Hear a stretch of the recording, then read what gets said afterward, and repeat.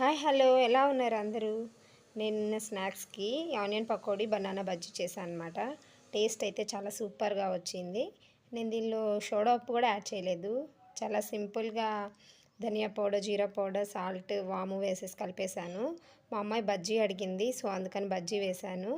మా అబ్బాయి పకోడీ అడిగాడు, సో అందుకోసమే నేను రెండు చేశానన్నమాట.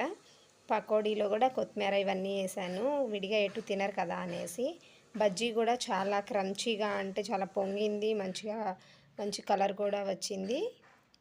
ఇది ఇలా మనం కొంచెం ఇంట్లో చేసుకుంటే మరీ అంత కాకపోయినా హెల్దీనే కదా.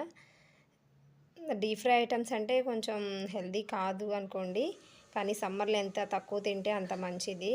కానీ అడిగారు కదా అనేసి కొంచెం చేశాను. అండ్ దీంతో పాటు నేను జ్యూస్ కూడా వేసి ఇచ్చాను, grape juice. So grape juice కొంచెం బ్లడ్ పడుతుంది కదా అనేసి. So bye friends.